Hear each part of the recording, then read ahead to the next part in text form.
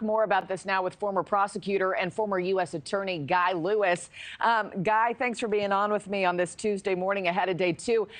Looking back to yesterday, dozens of potential jurors were dismissed on the first day, many of them admitting, hey, I can't be fair, I can't be impartial.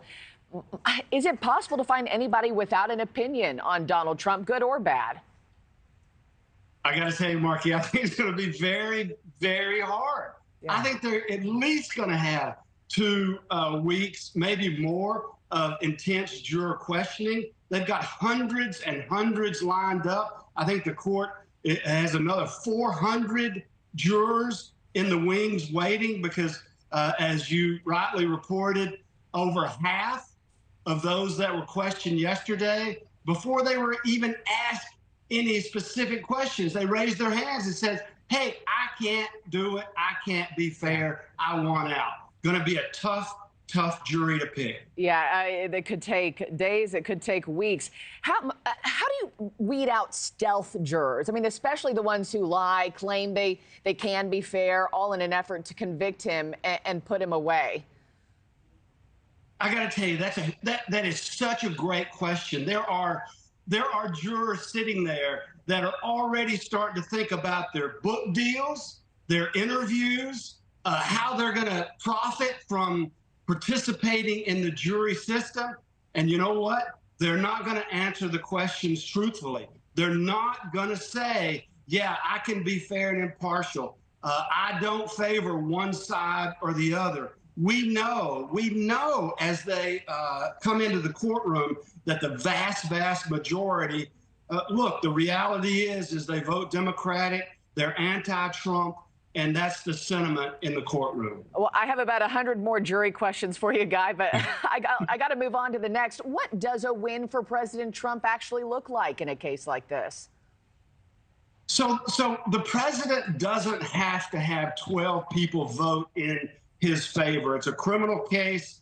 So frankly, a win can be part of the following. One, all 12 could look at this and say, it's a bunch of hokum. I don't buy it. I don't believe Michael Cohen, a convicted serial lawyer liar.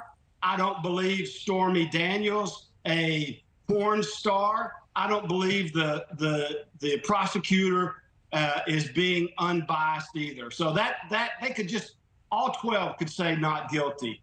A portion of that, if one or more says, you know what, I got real problems with this case, I'm not voting guilty. That's a hung jury. That for the president, that's a win as well. But I would even argue, even if he's convicted, if one thing, American citizens know fairness when they see it. They're going to watch something play out up in New York that's going to be fundamentally unfair. And I'm telling you, at the end of this case, they're going to look at this and say, I don't like it. It stinks. He was railroaded. Yeah. We're following it closely to see what final result is in 6 to 8 weeks, maybe even longer than that.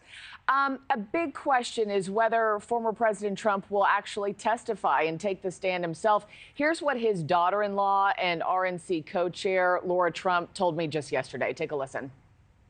I think that is yet to be determined. You know, he generally likes to have his voice heard in these kind of situations. It wouldn't be the first time that he's done that sort of thing. But I think specifically in this case, he had nothing to do with recording, this payment to Michael Cohen. This was the accounting department at Trump Tower. Guy, if you were on his team today and for this case, would you advise that he testify? Tough call. I got to tell you, this is going to be the make or break call that the defense lawyers that occurs in this case. Listen, most defendants do not testify. As a prosecutor, I almost never got to cross-examine a defendant because they didn't have to testify, and the jury's going to be told that they can't use that decision against them.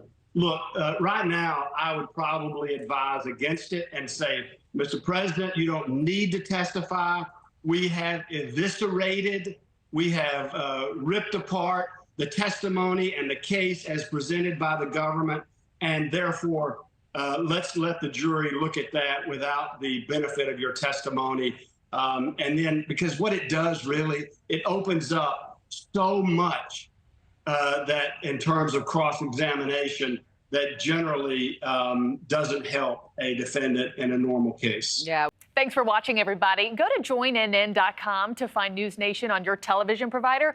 Also, don't forget to click that red subscribe button below to get more of NewsNation's fact-driven, unbiased coverage.